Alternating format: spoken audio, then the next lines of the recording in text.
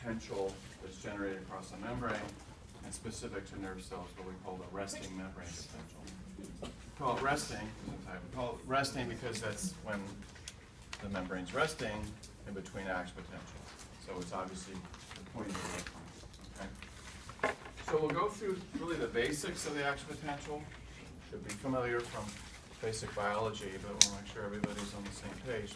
Point out some key elements that we really need to focus in on because they're instructive in terms of understanding how ions contribute to production of the membrane potential and the action potential. So we'll go over those basics and we'll talk about something called the driving force. It might be familiar to some of you. Those of you that's not familiar, don't be put off by this. It's really fairly simple, but it's essential. This is why the action potential happens. This is the modulation that happens, the beautifully orchestrated changes in ion channel conduction, or another term for that is permeability, but conduction of ions, how that is beautifully orchestrated to produce this very, very rapid signal, the most rapid signal that we generate in the body. Okay. So we'll talk about which ions. Again, they should be familiar, but we'll nail that down. And then we'll talk about the concept of a threshold, which is often mistaken. The threshold is the point at which the stimulation is reached, that above which you'll get an action potential. But often the threshold itself is confused with that point where you actually get the action potential. Okay, we'll come back to that, but the idea is that you got to go through the door. The threshold's the door. You got to get through it for it to happen. Talking about then the gated channels involved in this phenomena of channeling activation, which is part and parcel of why the action potential happens. Why is a discrete signal, and the timing of that, again, the beautiful orchestrated timing of that. Talk about the currents, and then at the end we'll talk a bit about conduction along nerves. So we say that they don't act like wires, but ion flow, that is current flow through the nerve, through the body of the nerve, matters, and there are properties of nerves that contribute to how fast that happens and how well that happens, okay? And then we'll talk about the final concept, which is potentially the most difficult one, but if you get the first parts, these are all building blocks, get the first parts, you'll get it, and that is the idea of how the action potential is propagated. It isn't just starting at one end and just flowing down.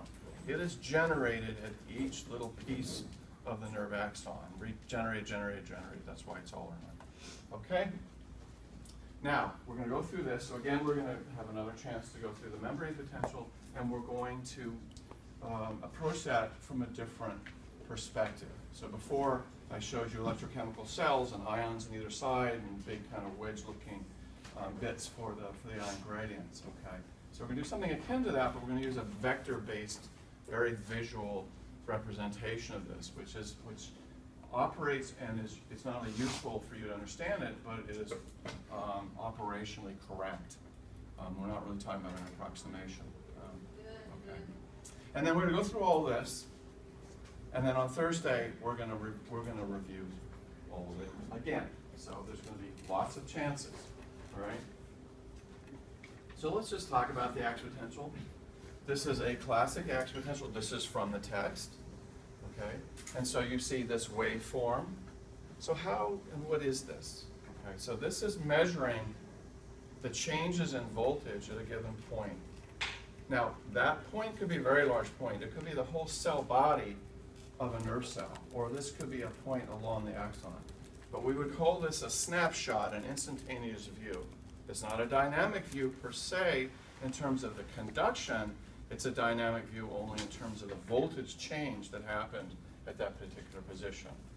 So when this was first recorded properly, where it was clear what the voltages were, so you could really have real numbers so that you knew that the inside of the nerve cell is negative. It's showing there that it's about minus 65 millivolts. Calculates something close to that from the Nernst equation.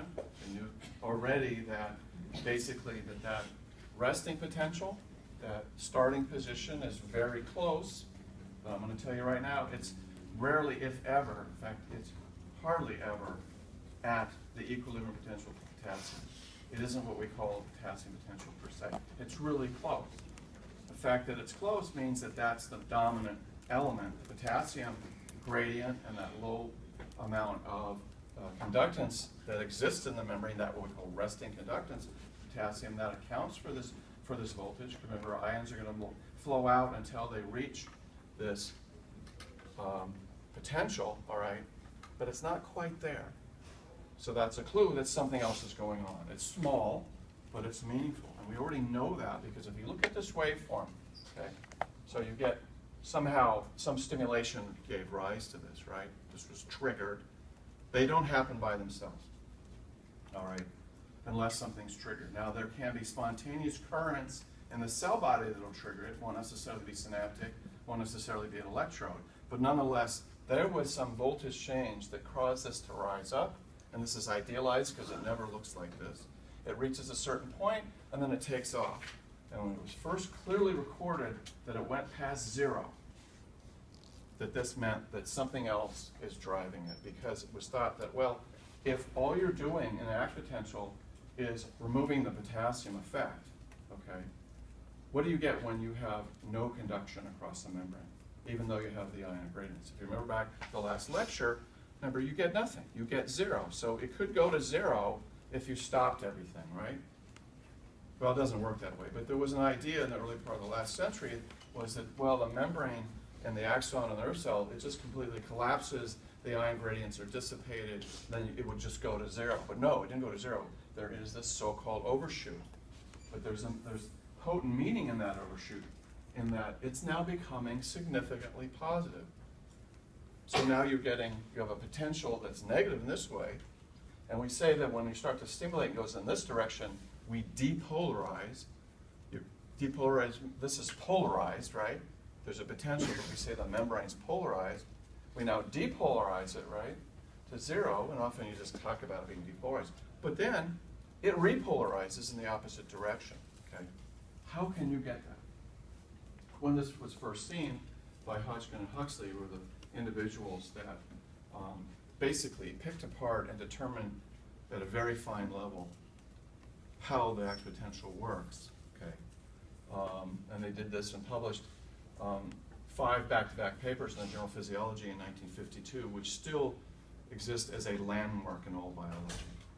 In fact, they more than rival Watson Crick's discovery, because that was just a short little letter into Nature. It was very, very meaningful to discover how DNA is structurally put together, maybe how it replicates. But this was really a tour de force. This is one of the great, great discoveries of the 20th century. So they immediately saw that it overshot, and they immediately had an idea what was going on. And so that's why they were so direct in what they found out. And then, not in all cells do you see it so pronounced. The membrane would come back to zero and then repolarize back toward rest. But look where it goes. It comes underneath. There's this undershoot. And you probably remember this from biology. You may remember some of the explanation. But this already tells you that when it trickles back to this slightly depolarized state from here, okay, that this is probably a combination of conductances. And I'll just tell you the punchline right here. This comes right down to the equilibrium potential for potassium. That's where it really is. And then it trickles back up because of a so-called leak current. We understand a little bit about the leak current now. There's not been a lot of work on it because nobody's been really, honestly, very interested in studying some little leak current. You know, it's there and does something, but so at any rate, let's look at a real axe potential that you'll see, which doesn't particularly have as pronounced an undershoot, okay? But that all depends on really where you started. So what has been done here? So you have an electrode that's been stuck. This is meant to show the electrode is literally sticking into the cell body. And you think, well, the axon makes the axe potential. That's true, but it can really be recorded from the cell body.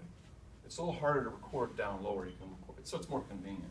Anyway, this is something now where relative to ground, that's what this squiggly bit is here. You have basically a wire in the bath, and then you stick this thing. It's a glass electrode with conductive ions in it, and you stick it inside the cell. So now you're measuring across the membrane. So now you can measure the voltage across the membrane. So do that, and then you start along here, and then you stick another electrode around somewhere. It doesn't have to be here, but close to. You don't want to be too close to where you're recording. Okay, and then you pass. This is not This is very close to the cell, but it's not inside. And then you just pass current out of it. But that current will basically, in a manner of speaking, sort of flood over the whole cell and affect the voltage of the cell.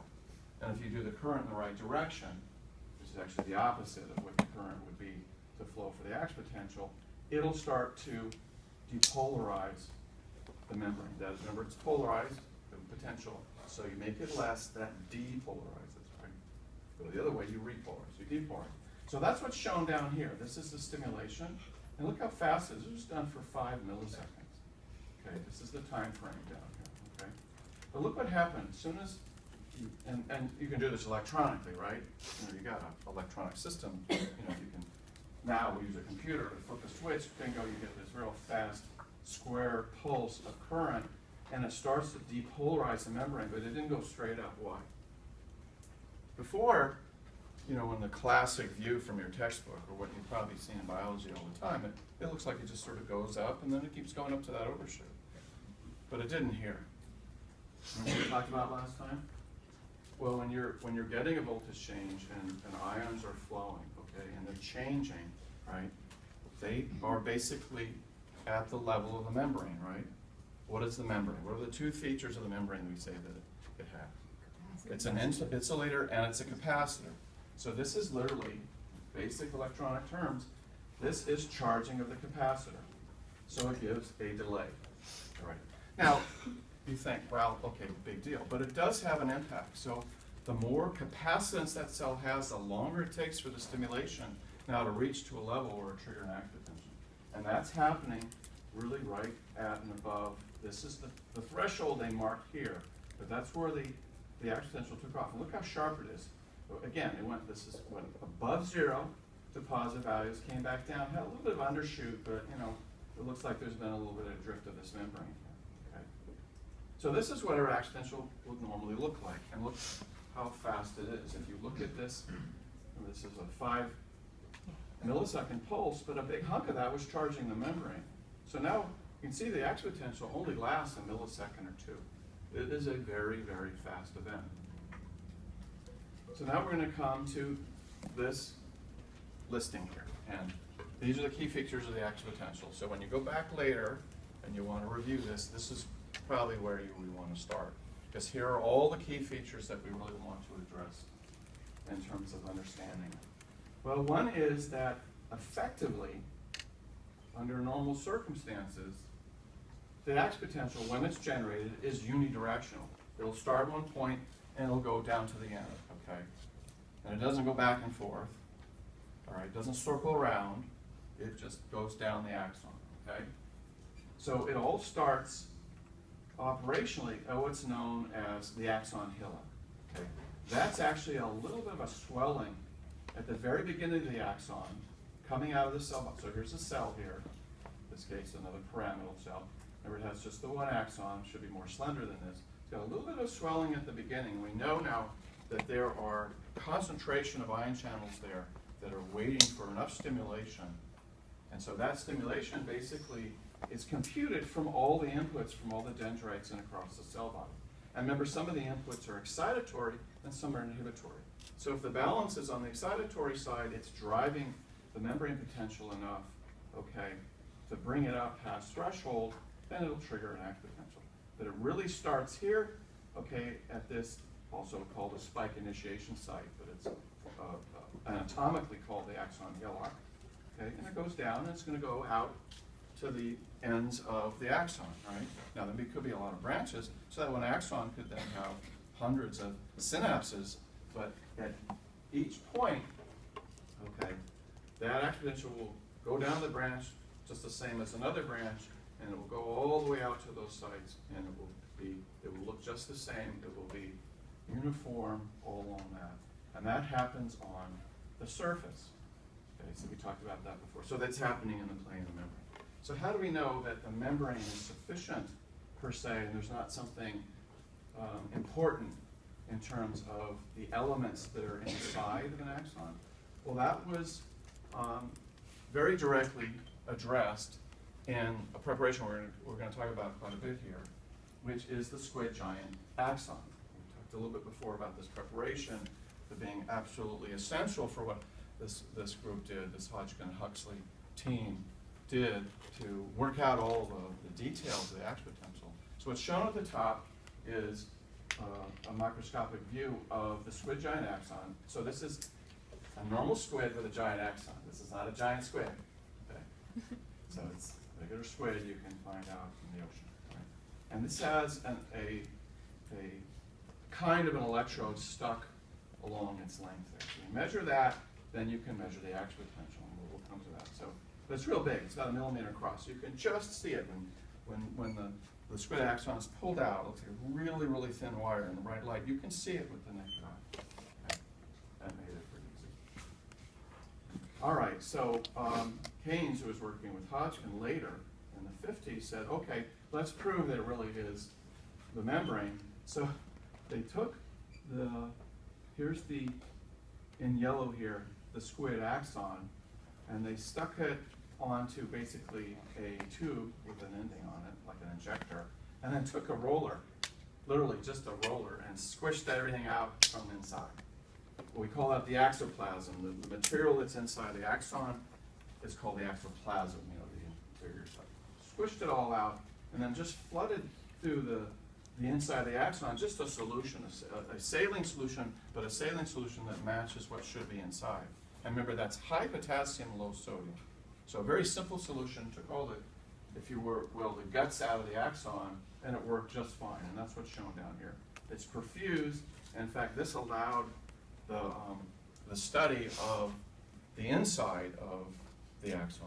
All what I'm going to show you in terms of what Hodgkin-Huxley had done before this to demonstrate how the action potential operates, that was manipulating the outside. This is the first case where you could fool with the inside and did beautiful work. So that basically, and a whole lot of other studies have shown that indeed it's the membrane. One other study showed that you could use an enzyme, a protease, that would chew up only chew up the outside of the ion channels and basically kill them.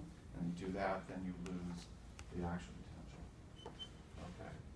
So the second thing is all or none, and you've heard this from earlier courses, and every time, again, you hear about the action potential, you'll hear about it being all or none. So this is part and parcel of it being able to self-generate and propagate, but it also means that it has a uniform size, right? So as it travels down the axon, we know this has been measured very carefully, it doesn't decay. It's the same size, you have the same overshoot, same undershoot, same time component to it, and that's just preserved all the way down the axon, all the way to the end, till it invades into the synaptic terminal, all right? The other thing that we talked about already is that the size, of course, is independent on the nature of the stimulation. So you think, okay, it's all or none, but what if we stimulate it harder? Well, we saw this before, so this is again the same picture we saw, but now we have a case where we stimulate longer. So here you see it's only a 5-second stimulation. Here it's about 400 milliseconds, sorry. So you start to get multiple action potentials. They start to, the system rests in it, and then it responds again. Even though you're having a constant level of stimulation, so you get a few, and then you get more and more. And again, this is that the strength of stimulation translates into the frequency of action potentials. Okay, but you see, it shows you they're all basically the same size, and they can get even very, very, very crowded. Okay, but only to a limit, and they still look the same. Okay. Now let's talk about the threshold. The threshold is a very simple thing. I'm just going to say what it is now, and we'll come back to that because you can read this. But to understand it more fully, you need to go through the whole thing. So we talk about the threshold again as this is the level above which, all right? I think I underlined it before, or down here. Above which the action potential is triggered. Again, I can go to the door, I can stand on the threshold, but I got to go through. Okay. So if I tell you what the threshold is, that threshold is when the ion flow for sodium is matching the ion flow for potassium. So basically, right at a tipping point. So the trigger, okay, is just above that, where a little more, maybe even a few ions more of sodium comes in over potassium, gets the upper hand, okay? So the trigger is actually when sodium is just slightly greater than potassium. But operationally, by our definition, the actual threshold, okay, is when they're equal. But we'll come back to what exactly that means and why that is. And then, now we'll go into, after that, we'll go into detail then about what Hodgkin and Huxley discovered, how they picked apart the exponential. We know that there's sequential changes in ion channel increases in conduction, okay? Remember we said that there are voltage-gated ion channels for sodium and potassium, but that at rest, basically, that's not really voltage dependent. So there's a particular potassium channel, remember, that's sitting there, that accounts for the resting conductance, that accounts for the membrane potential largely, not completely, at rest. But as the voltage changes, okay, when this voltage starts to change, these ion channels respond. So that's the first thing you have to have in mind. So they are seeing that change in voltage, all right? And the sodium channels see it first. They start to open. More stimulation, more will open, to a point where they're now allowing a lot of sodium ions, to flow. Remember, potassium's flowing too. So that's when they get to that point where and remember, their positive charges go in the opposite direction. So they're kind of canceling each other out. And it's not until a little more sodium comes in.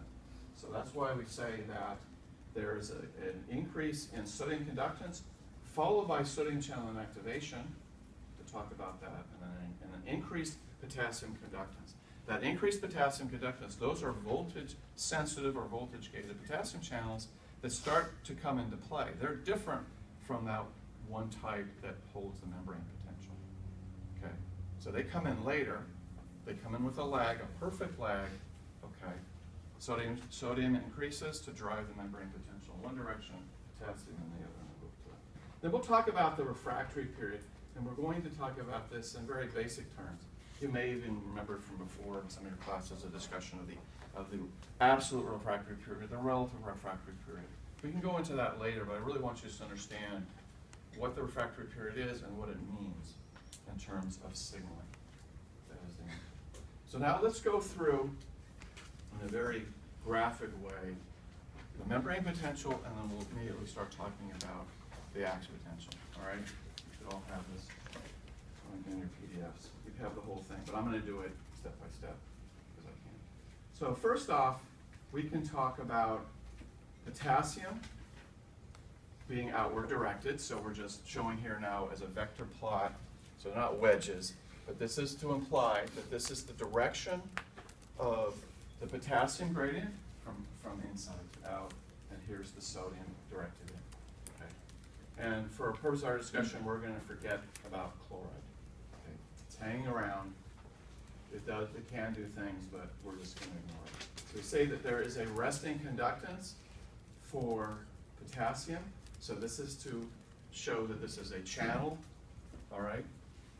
And we're just showing one arrow, right? There's a bunch of these, but we're going to collapse it down to say this is one force, if you will, or it's really a potential element, and with the resting conductance for potassium. That means a little bit's going through all the time, all right, until a certain point.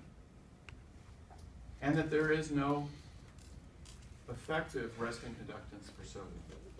That's not completely true, but we'll put an X here because we're talking about, in this case, the responsive channels. Okay. Turns out that there's this leak, and the leak is mainly for sodium. So just to make it more simple, resting conductance for potassium, nothing for sodium, because if there was a leak for, a heavy leak for sodium, a conductance equal to that for potassium, they just cancel each other out, and the membrane potential would be what? It would be zero. Okay. But no. So what happens then is, this is one way to think of it, okay, conceptually, in terms of electrochemistry or actual electrical changes. This could be really put a very different way, but I like looking at it this way, that you get potassium, it's positive, right? A little bit of it is now starting to go out, it starts to charge up the membrane, and so relative to the inside, okay, that is relative to ionic elements inside that it can't drag with it. Remember those proteins being anions, you can't drag with it. You've separated now, made the outside right across the membrane, a little positive, and the inside negative. So when we stick that electrode in, and we measure way out here relative to ground, what the inside of the cell is, relative to that ground, it is negative. Okay. But it's because positives have come out and basically made a cloud. They've bound to the membrane. Again, this is just two-dimensional. Okay. So that's your resting potential. Now, when that happens, it will go to a certain point where it will create a potential. Remember, we separate charge. That takes energy. So it's an energetic. So that will start to create what? Voltage. That's the V. We have the sub M there for membrane. Often you'll see the membrane potential listed as V sub L. Okay. So that will, I didn't show this, but as this, if you could just start from zero and you just start it, you allow this conductance to happen, the voltage would start to grow. This would grow to the point where that voltage, that potential, is basically counteracting, if you will, offsetting. Again, these are more tools to understand this than formally. But this is basically setting up a voltage in the opposite direction, because remember, it's interior negative, okay, that is balancing that potential, okay. Remember, the potential voltage you can get from this is dictated by the ratio of what's out over in, but the gradient through the Nernst equation, we can say what that potential is. In an electrochemical cell, we give it a value. The variable is E, but it's voltage, all right? So minus 65, minus 70 millivolts, okay, if that's what it is, that's what it could generate. You open up the conduit, the conductance, it's the little bit of the ions go out. Remember, you have a big pool of potassium ions inside and some outside. So we have these big pools, a little bit of crossing right across the tight membrane, creates a voltage there, and the voltage then holds in check the flow of the ion. So then, once this is created, remember, there is no net flow. So this voltage will go and cannot go any farther than the equilibrium potential for potassium. Not unless you put an electrode in and you push it. Okay. So this is the first indication then of the driving force. All right. So when you start out, you have a little arrow here, okay, and it'll grow and grow and grow until it stops. So it's being driven. The system is being driven to create a voltage which holds in check the flow of those ions. Okay. So it's driven to that point. That's the driving force. Once it gets there, the driving force is zero. So at the equilibrium potential for any given ion, equilibrium potential for potassium, there's no net flow of ions, okay? The driving force is zero. And simply put, when the voltage position, whatever that voltage is, say minus 10, could be minus 100, that's away from that equilibrium potential. This system, this ion gradient, okay, this battery is going to drive it back to that voltage, okay? That's the driving force. We're going to come through that again and again so that you get it more clearly. So, again, defined by the Nernst equation, all right? So a bunch of variables and stuff in here we don't care about. I mean, there's a valence, there's Faraday. Okay. The main thing, again, is this potential, which is voltage, is dictated by the ratio of out over in. Remember what we said last time? Okay. Out over in, but there's more potassium inside, less. It's going to be a fraction. Take a log. You can convert that to a natural log, from a natural log to a regular log, doesn't matter. Either way, that gives you a negative number when you take a log, natural, or to the base 10 of a fraction. And guess what? What happened when we measured the voltage inside the cell? It's negative, minus 65. Okay. So in ideal cell, that should be around what? We've said this over and over again. That's going to be around, say, minus 70, minus 75. Okay, that would be idealized. All right, but in practice, what happens is there's this leak for sodium. Now, what's happening with sodium? Remember we said if a little bit of sodium came in, it would counteract, wouldn't it? Right? Because now you have a little bit more positive outside. Now you're bringing in some positive to the inside. That's going to counteract the negative inside, right? It's polarized. You get a little depolarization. That's why the resting potential is here. You get the action potential And again, the act potential, when it is driven all the way down to that inner chute, that's bringing it down to the equilibrium potential of potassium. We know that. Okay? So there's always a small leak. So the rest potential is mainly potassium, okay, with a little bit of sodium coming in to slightly depolarize. Okay. There are a number of reasons why that could be true. In some cases, there's a lot of leak. So if you already have a little bit of depolarization, what are you closer to?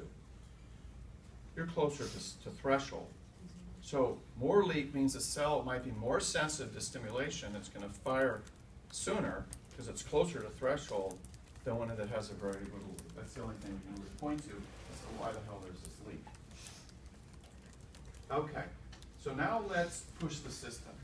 And this is already wrong. Okay, I have little dots here because this is a case where we decided to put an electrode in and we're going to instantaneously move the membrane potential for some minus value toward less polarized.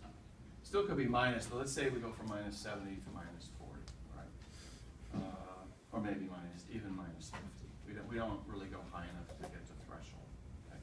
Now, normally this should have charged up, but I didn't show it that way. So this should have had a charging phase. So we're just going to say, okay, magically we put it up there, we let go. What happened? We polarized by injecting current. Okay. We're able to do it super fast, somehow, ignoring the charging. But the main point is we let go, and then what happened? Well, you have in your notes what happened here and why. What happened? We just let go. We depolarized it. It didn't fire off an axe potential. Didn't get high enough. We let go. Where did it go? Well, you could just describe what happened. It went back to this resting position, right? How did it get there? What will have happened? What is dictating the membrane potential? That potassium. That's a big battery. That's that potential energy force, right? So this is now away from, even if the resting membrane potential isn't right at the equilibrium potential, but it's close to it, okay? You're away from it, aren't you? What did I say? There's a driving force now. So now you're away from the equilibrium potential of potassium. You have that conductance. Potassium ions will flow out, flow out, flow out, flow out, flow out. Let's say this is really close to equilibrium potential.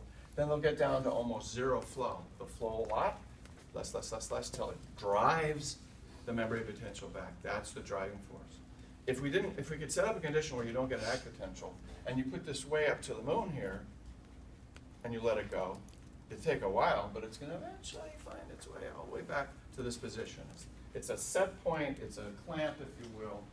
It is that position. So that is due to, so here's the vector view of it. Okay.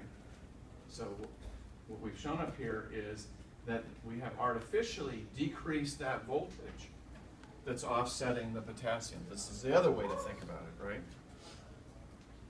The arrow with the V on it is smaller, right? Because we've depolarized. Now we can only go so far with this. Right now we have made that smaller, so this will flow when this potassium flows, and you can measure it. You get to here, you'll show a significant inductance of potassium if you measure it. It'll be flowing here to reset that voltage, right? And what happened? It reset this. Now remember, this is going to grow. But remember, don't get fooled by the fact that it's a negative direction. If this is zero, this is a small potential, this is a big potential in the minus direction, right? Small, big. So it's when it's going from here, it's getting more polarized, a bigger potential in the negative direction, okay? So we had an increased driving force for potassium. Potassium moves out, we can measure a current. So current, for different reasons, is called I, because C is reserved for capacitance. So it also means ionic movement. So think of it that way. Ions move. When ions move, that's current. Okay. So we call that I sub K. That's what happens. So we also know to measure this carefully, I'm just telling you this, that when we depolarized, even though it didn't trigger an act potential, didn't cause this huge change in voltage, right? just went up this little bit, all right, there are potassium channels that do respond to that voltage. Remember, at rest, there's just this one category, and it kind of sits there, and it's open all the time. But there are others that start to increase a little bit, okay, slowly, but they sense it. So there's actually an increase in the conductance for potassium. If you kill those channels, and you just let that little baseline resting potassium channel work, okay, the one that doesn't respond to voltage, it'll still bring it back down. It'll just take a really long time. Okay? And that points out something. The channels and the degree of their conductance have an impact on the voltage change, or the rate of voltage change. Okay. So now I need to talk about something called the voltage clamp. And you've heard of this, but if you haven't, or even if you haven't heard before and you've seen this, you've probably looked at it and looked away. Oh my God, what the heck? Well, it was actually invented by an American, but Hodgson and Huxley picked it up later and improved on it so that they could directly measure the currents. So up until this clamp was created, there was no way to measure like sodium moving, potassium moving, anything moving.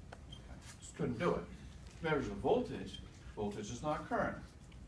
Voltage is, what's happening in potential across the membrane, but it's the current that matters, because that means when a channel opens, ions flow. Ions flow is current. That means you're measuring through the voltage clamp, you can measure the channel behavior. This is before they really understand that, in fact, there were channels, that they were proteins, or anything about them. So this is, again, another picture of the squid giant. Axon impaled with this electrode, okay? Ignore this thing. This just shows the arrangement of the setup so they can control it. But from this basic diagram here, here's the axon again. And what's actually on this electrode are two wires. They're really two electrodes. They're wrapped around each other. Let's see, we'll move this in a second. So at any rate, one of those, okay, this one over here, that's just measuring voltage. All right, so this isn't a whole lot different than just sticking a wire electrode in a cell and measuring relative to ground. So they measure here. If you try to trigger off an ax potential, you just measure the voltage between the ground, okay, and this electrode. All well and good. So what does the second wire do? The second wire is also comparing that voltage, but it's comparing that voltage to a voltage that you want. We call that a command potential. So let's say, in the squid giant synapse, that again, the resting potential is around -65 or so. Let's say we want to move it to a point that normally would trigger an ax potential, like -30. So we want to say, okay, we want the voltage there, we want it to stay there. Or let's get even more dramatic, we want to put it close to 0, because that's going to trigger an ax potential. So we remove the potential, we depolarize, right? So, but in this case, you give a command, you just shift it to that. So that's like what happened when we gave the injected current, but now you do it through this long electrode on the inside, and you hold it there, okay? So what's done is to measure then the difference between the voltage in the one wire, okay, compared to what you want. So it's a simple comparative, and when they're not right, the voltage that you measure coming in, you're starting at -65 and you want 0, they're not right, then through that second wire you inject current, but you do it very smoothly, okay, because you measure the current here. You do it very smoothly, so it's basically feedback, all right, until you move that voltage to where you want, and you hold it there. So you can do that in electronic time. There's some capacity issues, but you do it so fast that the system then is going to instantaneously respond. It's going to respond with the currents that you normally get for an ax potential. Okay? So what you're doing is you're measuring that current as it goes along. When you measure that current, that's telling you what the current is in the axon as it responds. Okay? So as soon as you depolarize, what's going to happen? That membrane is going to respond. If you record the voltage and you get an ax potential, it changes the voltage itself. How can it change the voltage itself? It's doing it because it's allowing currents to flow. Can't get the voltage change until currents flow. So you measure those current changes, and they reflect then what happened in the axon across the action potential. Okay. So here's one of their experiments that they published. And these are I don't know why. Because you may see later when they do recordings that they actually measure them the other way. But this is what you'll get. You get this weird waveform, okay? So you start here, and this is now showing the actual determination of what's really driving the act potential, which you know is sodium, right? So sodium is driving this. What they show is that initially you set that membrane potential, that command potential, at a point which would trigger an act potential. So the resting is minus 65. Let's say you put it at 0. Okay. So then you see a bump, and so it goes in one direction and then goes the other, because now you're measuring the currents. You're measuring the whole current, so you don't know what's what. So they want to pick this apart. So you see this, and very simply what they did is they said, okay, let's take sodium away from the outside. You know, when you dig into some, even classic experiments like this, which were really, again, tour de forces, a lot of times the individual experiment really wasn't all that complicated. So you want to know what X does, well, let's just take it away. Okay? And we still do that in science a lot. So now we take genes away, we take this and that away. But so you take it away, you lose that first bump, and you wash it back in, the bump comes back. It must be that the first bump, that transient bump, has to have been current flowing across the membrane carried by sodium. Okay? They did things more complicated than that. They didn't take away the sodium, they have the sodium, they doubled the sodium, you know, and you could see the bump would get smaller or bigger, and they played all sorts of games. The other thing is, it shows you that right here, they would adjust the membrane potential, okay, to different clamp points, to the point where it disappears, okay? And they could show that that had no impact when they had no sodium. They used they used something as a replacement for colon. Okay.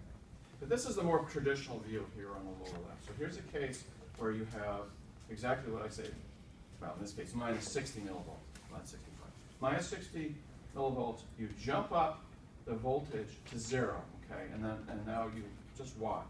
And so this is now opposite of this.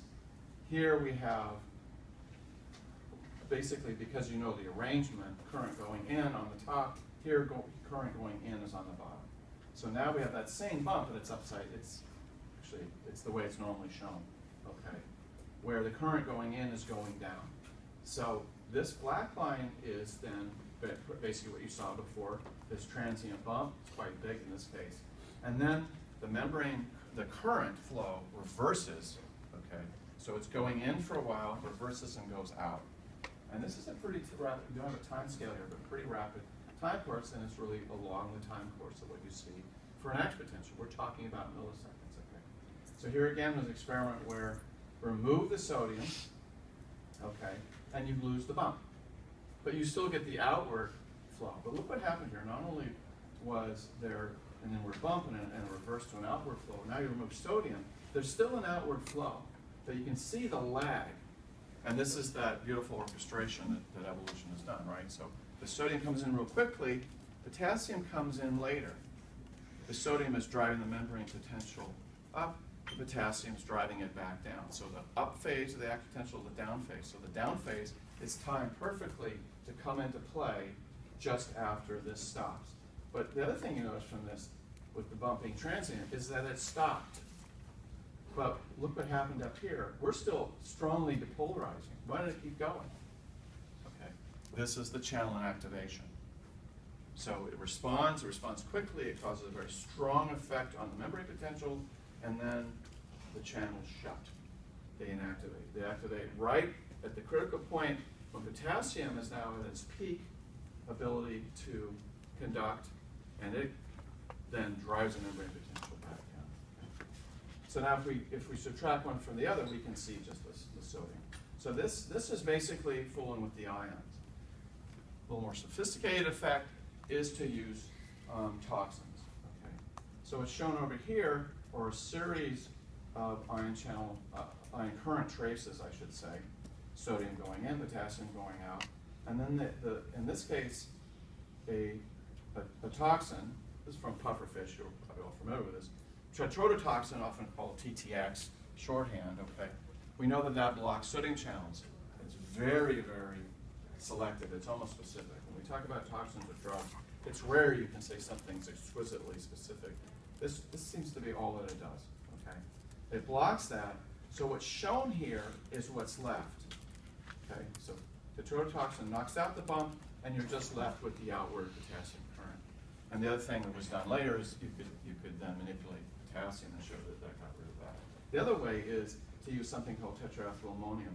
That blocks the potassium, so you're left with the sodium. So using these two different compounds, okay, you can dissect each current, and then you have just the quick bump in the beginning, or the which is sodium, or the very slow developing potassium by itself, and then very carefully and exactingly be able to measure how it turns on, the extent of the current in isolation.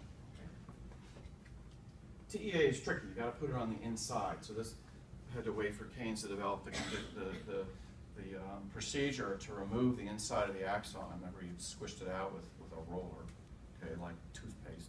All right, perfuse back in the solution. Include this tetraethylammonium, this TEA, and then you block all potassium channels, and then you just get the sodium current. Okay. So that then fully confirmed. So these are now compounds, which even at the time we're starting to understand that they were very selective and targeting whatever was the conductance, namely the channel. So it's beautiful experiments that you knock one out, you're left with the other, and vice versa. So let's completely nail this down. So now we put it back together with this picture. Okay? And so now we strongly depolarize by injecting current, but it got up enough to get past threshold. Okay? This is not showing the full voltage change here. This is just a marker sign from more polarized to less polarized. I haven't even included values. Okay? So we depolarize, right? We have polarized, so we're going towards zero. Depolarized, right? Lower value. Then it triggers off the act potential.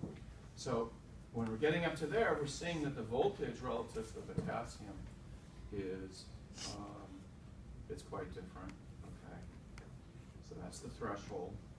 Okay, so now what's happening during this upswing is both we saw from those currents that right away, what's happening? The sodium conductance is increasing. The sodium flow is increasing. It's responding to voltage. That's why we now know that those channels that do this are voltage gated, not just voltage sensitive.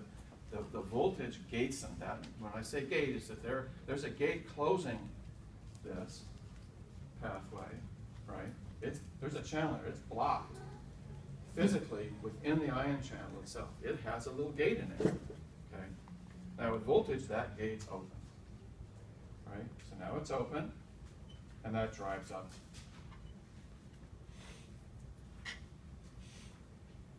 the membrane potential past zero to the overshoot and makes it positive. Where is it going?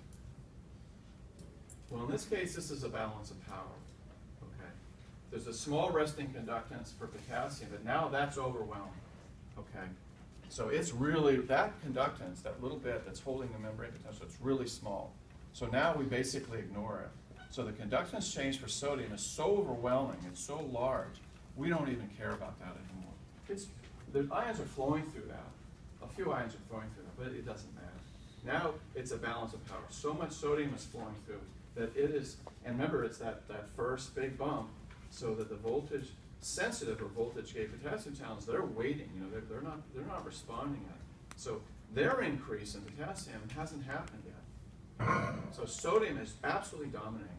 All the sodium channels all over the place, they open up, tons of ions are flowing through. So it's driving the sodium up to this overshoot. Okay, we know that. And again, this is when the sodium current is huge compared to the potassium current. But then at the top of that action potential, I'll come to it later, but I'll just tell you now, the sodium channels just close. So they have a gate in them that's voltage sensitive. So as the voltage changes, particularly a very rapid change in voltage, that gate opens. But there's another gate. There's another little gate in there, okay, that at the top of the action potential, it closes. That's the inactivation gate. The net effect is the channels are closed. So what happens then? Remember there was that, when we looked at the currents, there was potassium current. So we had that inward bump and then that big outward current, okay? Big conductance change for potassium. And that drives down the action potential all the way down to the true equilibrium potential for potassium. Okay? So, put it more simply, and there's the increase in that. Right? We'll come back. So that's part of the refractory period. So a simpler way to look at it is the rise is being driven by sodium coming in, and the fall by potassium. All right. So, on Alima, for Thursday, I'm going to pose some challenge questions. Okay? Think about this. One of those is that, let's say the sodium channels didn't inactivate. Well, we can actually manipulate a neuron. We know a lot about the sodium channel now. We have the whole sequence. We know where that inactivation gate is. We can actually remove the inactivation gate. So they don't close at the top. So that's the first thing to think about. What would happen? The other thing is, what if we completely destroy the potassium channel? I'm not looking for answers. So the big thing at the bottom then is, where is the equilibrium potential for sodium? So now sodium is driving the system on this upswing. We said that, remember we said the current was huge compared to any of the potassium current. So it's dominating. I mean, we could put in more arrows to say that, I mean, it's really dominating to the point where you don't, 100-fold, 1,000-fold. It's just overwhelming anything else. So it's sodium, sodium, sodium as we get that rise there, okay? So the question is, where's the equilibrium potential for sodium? Who knows? Well, sodium's inward directed, right? So when we calculated the equilibrium potential for potassium, we got a negative number, right? That's because there's a little bit of potassium outside, a lot on the inside, a fraction. But now you got a lot of sodium on the outside and much less inside, right? So the equilibrium potential is going to be positive, right? So it's going to be up there somewhere, right? So the equilibrium potential is going to be positive because we have an ion gradient for sodium. It's dominating now. It's driving the system, right? So the equilibrium potential, without pointing to it, it's got to be up here somewhere, right? So simply put, the action potential goes between the equilibrium potential for potassium and the equilibrium potential for sodium, and it can't really go outside that. That defines the limits, all right? Now, the overshoot, the peak of the action potential, usually never reaches the equilibrium potential for sodium. It's really close, and there's some reasons for that. One is that inactivation. The channels start to inactivate before it can really get all the way up there. And as soon as you block that pathway, you block that potential effect, right? Okay? So equilibrium potential for potassium down here, equilibrium potential for sodium somewhere up here.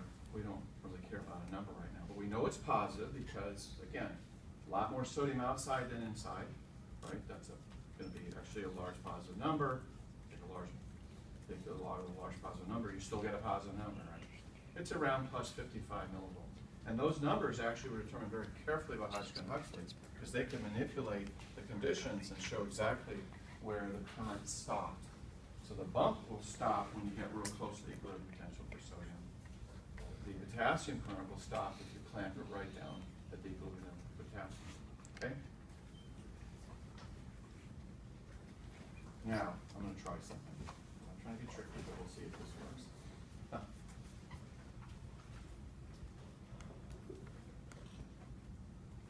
Hope this is going to work. I'm going to have to back this out. Ooh. So, I don't know if you're going to be able to hear this.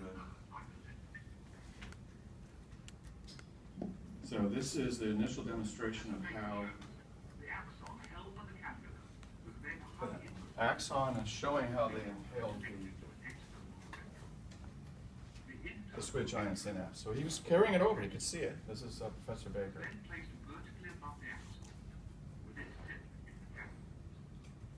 So there's the axon. And then down there is the electrode that they're going to thread up into this axon. You can see it's the 70s by how long his hair is. Can you hear that?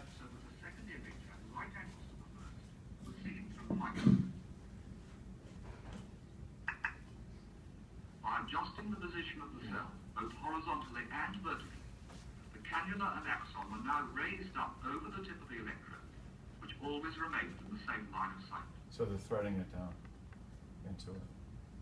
Now it looks like there's two there, but they had a mirror on the side, so you could see the right angle, so you could orient it. With respect to the external So now they're measuring as he's impaling it, and look where the voltage is going. This is a chart recorder. Some of you probably never seen such a thing, right? So they're measuring voltage on a chart recorder, and see where it went? About minus 65 millivolts.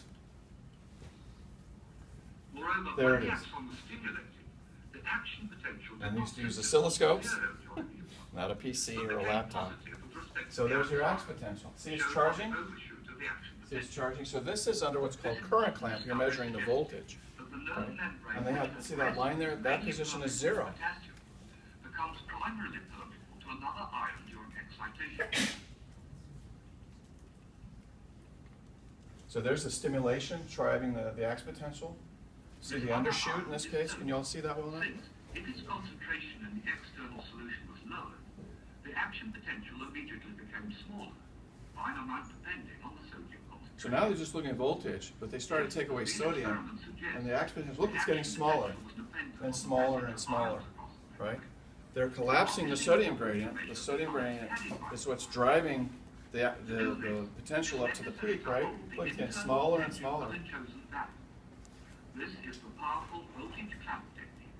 So now they're going to show the voltage clamp. And applied by Hodgkin Huxley. This is Alan Hodgkin. That an extra electrode. This is back when professors worked in the lab with ties on. This is in Cambridge. Double electrode was made by winding very fine silver wires around a thin glass. So he's actually showing how to make the electrode that you impale in. Okay. As the wire, which was only 20 microns in diameter, was wound on, it was kept taut, as Sir Alan Hodgkin shows, by dangling a small piece of plasticine. You know this is later because he was knighted for getting the Nobel Prize for discovering how the ax potential works. So you see the wire, so this is putting the two wires on. We have the reference one for voltage and the other one for injecting current, so we measure the voltage. There you go. Insulated where It's an necessary. ingenious by idea, shellac varnish. and it still fits. While it is inserted in the same way as a simple electrode, the information it gives is quite different. As a change of potential is now- imposed on the axon, as seen in the So top, on their oscilloscope, currents flowing the across sodium, they had an are inward fielded current followed by an outward current, and I still don't know why in the physiology paper they flipped it over. Is the transient current carried by the influx of sodium ions, Right there. and it is superseded by an opposite and persistent current attributed to the outward flow of potassium ions. There you go.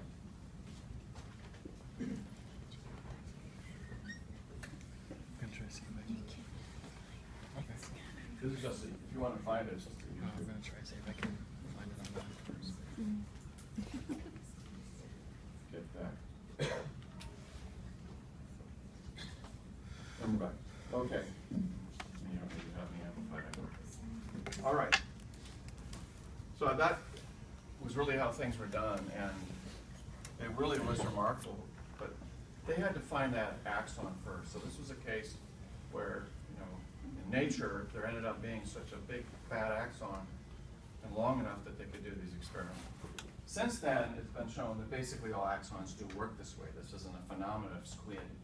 It's also clear that that's a huge axon because it conducts ax potentials very quickly, because that powers the reflex for the squid to jet backwards. Anyway, another view of now looking at the ax potential as it's really flowing. So up till now, it's been a static view. You just say, okay, right here, that's the way the ax potential looks, all right? So the thing that is not a bad analogy, well, it has a problem, because it's, to some degree, the ax potential is self-generating, and it's almost like the energy of the fire on a fuse. As it flows, it's going to, that energy is going to transfer the next part of the fuse, or in this case, the ax potential, and it's going to light it, right? The tricky thing here is that right behind the fuse, in this case, right behind the lit part, as it moves, it regenerates, and that doesn't happen in a fuse. At any rate, it's just flowing down very quickly this way. So the idea is that you generate locally somehow you heated up that part of the fuse so much that that heat flowed forward, okay, and that ignited the part next to it. So that part of the analogy holds true. So with that sodium current, that large sodium current, okay, it's driving right there a change in membrane potential, but it is also spreading a current, a potential voltage change to the close neighbor right downstream. Okay, so that then drives that membrane up to threshold and keeps going. The fact that behind this there is a spot where it is burned, but then somehow it regenerates. Okay, so if we look at this in sequence, we come back to this picture, which we had from first lecture. So as we look at one little position, okay, in time, when we sit right here, okay, if we sit right here, we'll see the voltage change, then sodium coming in, all right, so that's what's next. And then potassium, and hopefully that's showing up well enough. There's potassium here. So if we were sitting right here, right next to this, the end of the zero, and we just watched, see the voltage change, we'd see the sodium, and then we'd see the potassium flowing. Okay? But the key thing is the flow of the sodium in a circuit. So even though these are ion channels and ions are moving, they still have to obey basic electricity and electrical properties, and so it's going to flow in a circle. All these are actually parts of currents. Okay? We don't need to necessarily draw in the whole current, but here's showing a little bit of it. The sodium comes in, it actually makes a local current. So that means the sodium comes in, and it's going to flow down the membrane. It actually can flow in either direction. So in the end, the axon has internal properties that vary.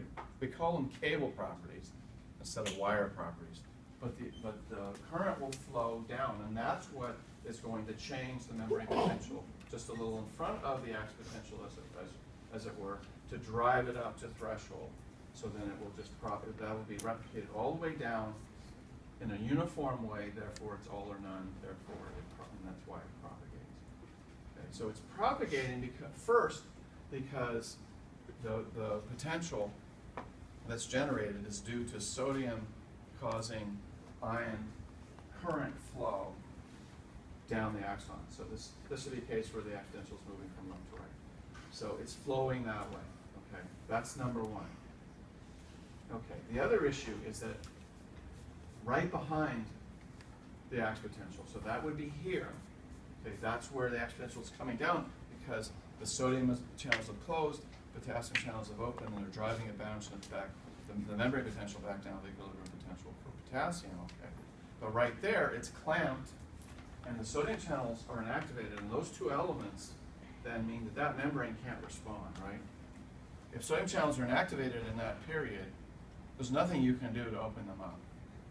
Okay, that gate's closed. That gate eventually just opens back up. Okay.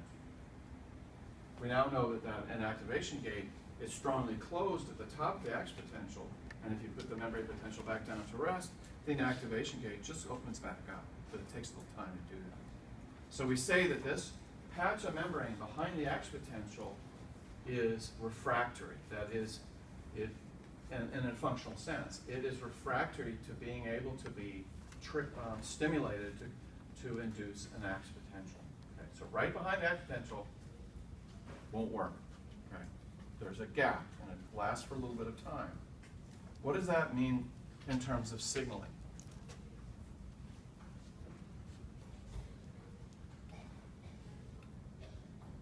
Well, it means that if you can't, if right behind the ax potential, okay, that it's refractory, that I told you that operationally we think of the sodium coming in and spreading forward, but it could be spreading backwards, right? But that patch of membrane won't respond. Since it won't respond, that means the ax potential only is going to go in that direction. So that's what's driving it to go in one direction. The refractory period is key to that. That is, behind the ax potential, that membrane won't respond. It can't make an ax potential for a little while. Okay. Then you wait a little longer, and then it will. Okay. So there's a gap. Well, this is important. You want your ax potentials to be separate, right? Can't have them running into each other. Can't have them going backwards when you don't want them to, right? That's not signaling. So they'll go in one direction, but they can also only pack so close together. What does that limit?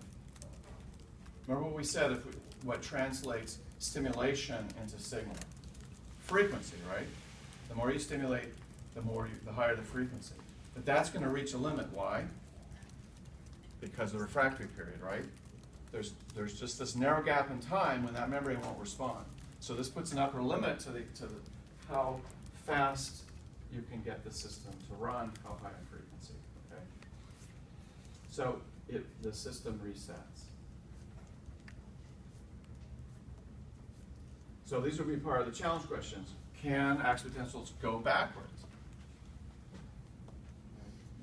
We could vote on that, but we're going to save that for Thursday. But think about that. Can they go backwards if you did it the right way? And I'm not talking about stimulating in the cell body. You stimulate it somewhere along the axon. Would it go back the other way? What if you stimulate it in the middle? So you can stimulate it one end or the other in the middle. Think about it. Okay, I'm going to go through a few parameters and we're going to quit. So we talked about the fact that axons have cable properties, but this applies to the forward movement of current in front of the action potential, right? Or whether you even if you just stimulate it, there's going to be a little current that's going to flow.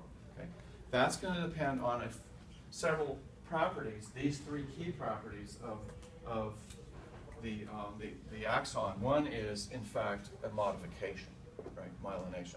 First two are inherent properties. So the bigger the diameter of the axon, okay, the faster it will go. And you might think, well, that doesn't make sense. This is fundamentally an issue of ion flow. Ion flow depends on what? Voltage and resistance, right? A bigger diameter axon has a lower resistance. Lower resistance, farther the current flow. Bigger axons conduct faster, up to a limit, okay? And the other thing is the balance of the sodium and potassium density. Most of the time you don't think about that, but axons do vary, so you do see differences in the sodium and potassium ratio when their conductances, okay, so that could make an action potential maybe a little slower, all right? And then we know the myelination then, you've heard this before, this is something where,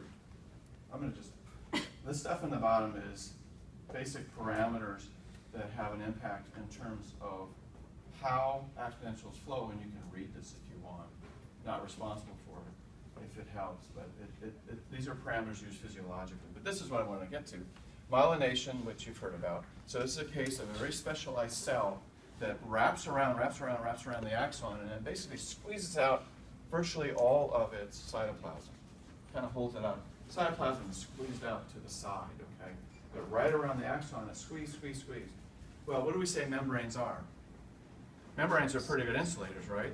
And now you made a fantastic insulator. You squeezed out all of the cytoplasm.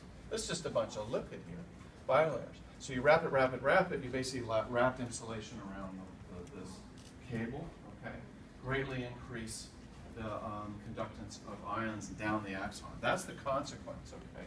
So any current that's generated, we didn't really show you this, but some of it can leak out fundamentally. Now you put an insulator on there, the current that's generated, that is the forward flow of current from the action potential, goes farther. Farther it goes, faster it goes, the faster the conduction. So myelination increases conduction. Okay?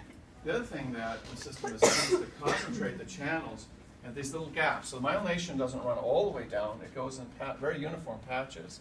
And then in between, there are gaps, and they're called these nodes. And find out that the ion channels are really concentrated here, okay? So the current actually has to go all the way there. It's not really, it doesn't even have any path through the middle part. It has to jump. We call that saltatoric induction. Okay, so the other thing is you put a really strong insulator on there, and then this is an image showing cross-section of myelinated nerves staining for the sodium channels in green and the potassium channels in orange right around the nose. So all the regenerative current generating channels, they're all packed in patches. So that current's got to get all the way down there. So it's basically geared so that it will do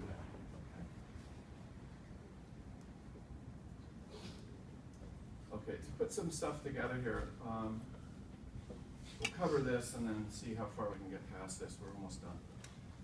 This is a little touch of reality, but remember the second thing in terms of conduction, the speed of conduction, it depends on the ratio and the density, the absolute density of the sodium channels and the potassium channels. Now normally when we show an action potential and we say, okay, sodium's going in as it goes up and potassium's going out. Well, these channels actually don't just all open and all close, okay? What happens is on the rise of the action potential, okay, you get them to start open. So this is showing currents through the sodium channels. So so it turns out channels do this. Each channel opens and closes. So what happens as the action potential starts to rise up, more of them are doing this, okay? But they're doing the same thing. So this one here is opening for a long time. These two are opening slowly. So what happens is that basically this is a population effect. So as you get this voltage response, more and more channels are opening. There are more pathways for sodium to flow, but they open and close until the top of the action potential. So that generates this sum inward current, okay? And then they all close. And the same is true for potassium current. So these are channels that are opening and closing, but they're all summing together to create these overall currents. And this is important because this is the way the channels operate, okay? Again, they don't just all open for a while, get to the top of the action potential and close. There's different ones opening and closing, more and more, and then they stop, okay? And that creates this view here, okay? And we'll talk about later how you can measure those channels with something called a patch clamp. This is putting it all together where you can see that it's an orchestrated change, but here we have an action potential is kind of splayed out, and we can see the inward and then the outward current here. They've been separated, the sodium and the potassium, but we can actually look at the relationship because we've measured voltage, we can do that. We've measured current. What do we have for the relationship of that? Ohm's law. Ohm's law tells you then, the third component, what is that? That's the pathway for ion flow. Now, in electricity, we usually equate that to resistance. So the voltage equals the current, I times R, but the conductance, which is the reciprocal of the current, of the resistance, okay, that's the flow, the relative flow through the ion channel. So if it's more resisted, it would have a lower G. If it was less resistant, it would have a higher G. In physics, there's no difference between conductance and voltage. But that just shows you can work through this, and I encourage you to do that, to see how this fits together so you can plot actually the change in the ion channels as a plot here on a separate line. Okay. Now, I'm not going to have you responsible for this. We'll just stop here. So you remember this guy. So we have an equivalent circuit. We have capacitance in there. But basically, by picking apart Ohm's law, all right, by knowing the current, you can measure the current, know the voltage change. You can work back to these conductances for sodium and potassium and very, very discreetly be able to say exactly how overall those channels change. Okay. So this equation that Hodgkin and Huxley wrote out, they used this to plug in to a system. They had a computer that was broken, so Huxley had to do this by hand. He was able to calculate from this basic equation how the action potential was proceeded based on the values that they were gleaned from the experiments, and it matched very beautifully with what they reported. And this is really the pinnacle of science, to be able to have a true model system that you can now predict exactly what the physiological change is. And we're back to this. So again, so there's a lot of stuff. Go back to this page first. All right. Work through it so this is all familiar. And on Thursday,